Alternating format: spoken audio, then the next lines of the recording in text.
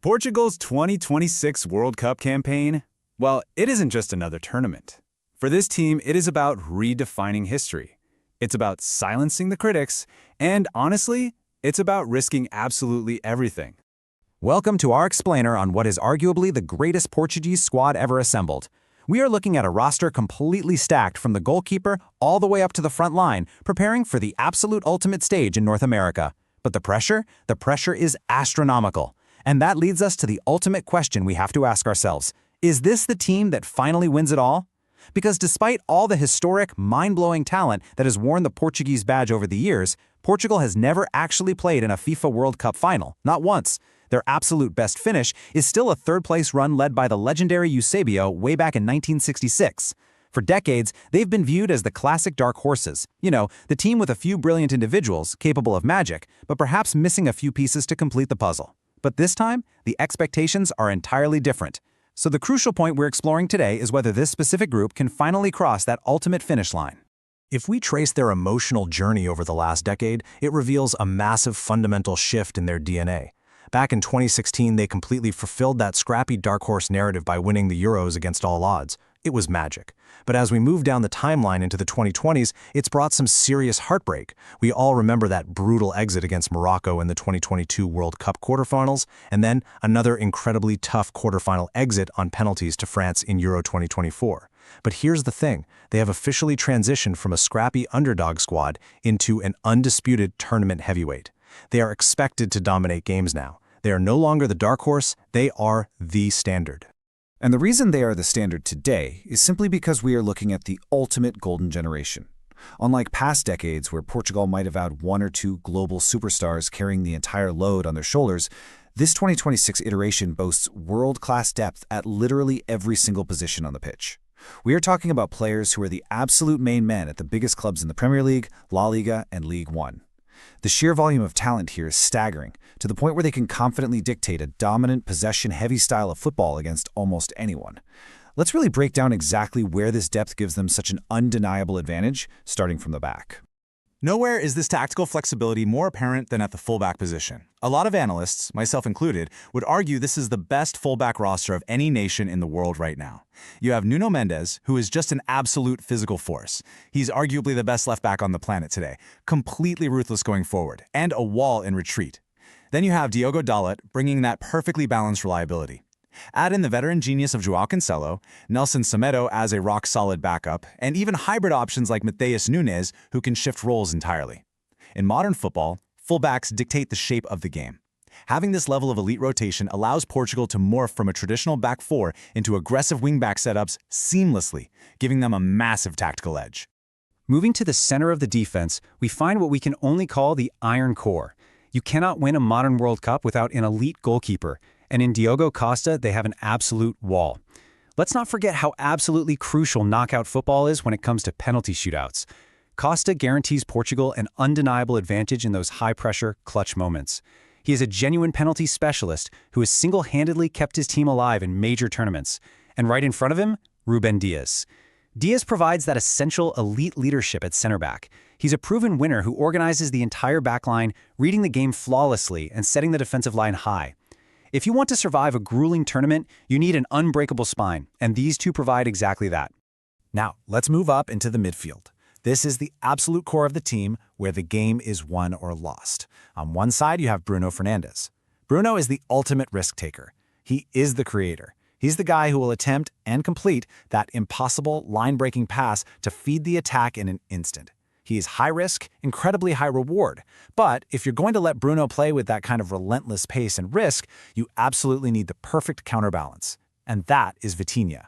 Vitinha is the flawless tempo controller. He rarely ever makes a mistake. He deliberately recycles the ball, calms the game down, and meticulously covers those defensive frailties when Bruno pushes up.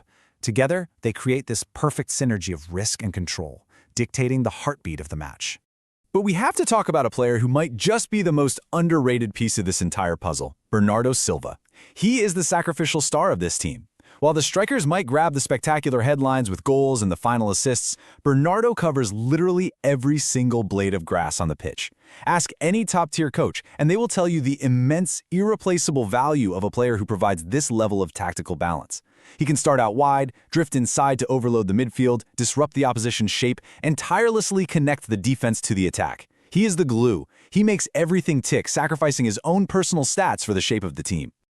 Overseeing all of this unbelievable talent is manager Roberto Martinez, bringing what we'll call the Martinez method.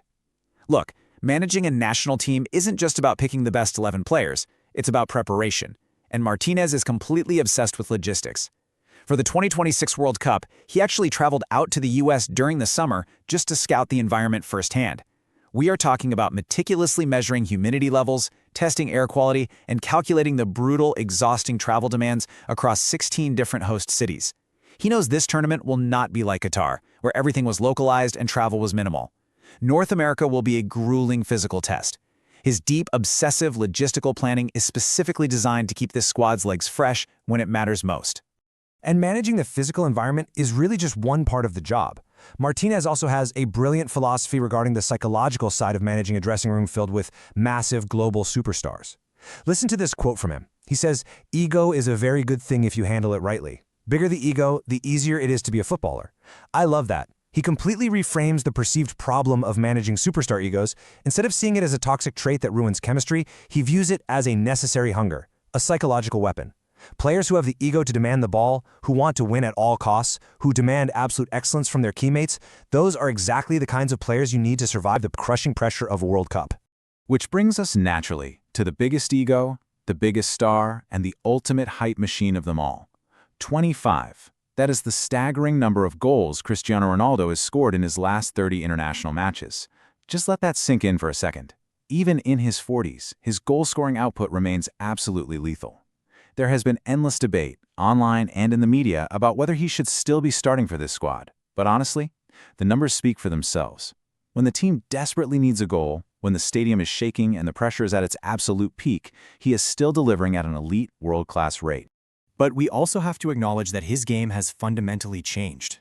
We are seeing him actively redefine the number 9 role for this stage of his career. He is no longer the explosive winger taking 3 players on from the halfway line. Instead, he has evolved into a pure, hyper-efficient box poacher. And to make this work, Martinez relies heavily on the blistering pace of Pedro Neto flying down the wing, combined with the silkiness of Bernardo Silva to serve him the ball on a silver platter. Ronaldo's job now is all about spatial awareness, elite positioning, and lethal finishing with just one touch. When the service is right, he is still incredibly, undeniably dangerous. So who actually stands in their way? Let's analyze their path in Group K. They opened the tournament against Uzbekistan and DR Congo. Now, on paper, these might seem straightforward, but in reality, they are debutante teams playing with massive, nothing-to-lose energy. Uzbekistan is well known for a very gritty, disciplined, low-block defense that could seriously frustrate Portugal's attack. Plus, these games will be played in enclosed stadiums in Houston. But the massive, glaring test comes in their third match against Colombia. Colombia is a highly rated, incredibly dangerous physical squad, and playing them in the heavy, draining humidity of Miami, potentially in front of a fiercely pro-Colombian crowd, that is going to be a massive hurdle that will test every ounce of Martinez's logistical planning. If they navigate that group, a brutal potential knockout gauntlet awaits them. Projections show a round of 32 clash with Ghana, followed by a deeply tricky round of 16 match against either Switzerland or Senegal. Both of those are teams that have historically caused Portugal immense trouble and exposed their defensive frailties. But if they survive that, the quarterfinals could give us the matchup the entire world has literally been waiting for: Argentina. A potential Lionel Messi versus Cristiano Ronaldo showdown on the ultimate stage, with the winner moving on to face a powerhouse like England in the semifinals. It is a terrifying path, but man, is it mouthwatering. And if we actually get that far, the legacy implications of this tournament are just monumental. Right now, the GOAT debate leans heavily towards Lionel Messi following his incredible 2022 World Cup triumph in Qatar. But imagine this. What if a 40-year-old Cristiano Ronaldo playing as the starting number 9 and wearing the captain's armband manages to navigate that brutal gauntlet and lift the trophy with this golden generation? It instantly equalizes that fierce rivalry. It would undoubtedly be one of the greatest redemption arcs and one of the greatest feats of longevity in the entire history of international sports. So, we come right back to the ultimate question we started with. After decades of near misses, incredible highs, and devastating heartbreaks, will Cristiano Ronaldo finally lift the World Cup trophy? Does this legendary, perfectly balanced squad have what it takes to survive the gauntlet? I really want to hear your thoughts on this. Let's debate this down in the comments, because if they pull this off, it won't just be a victory, it will be their moment.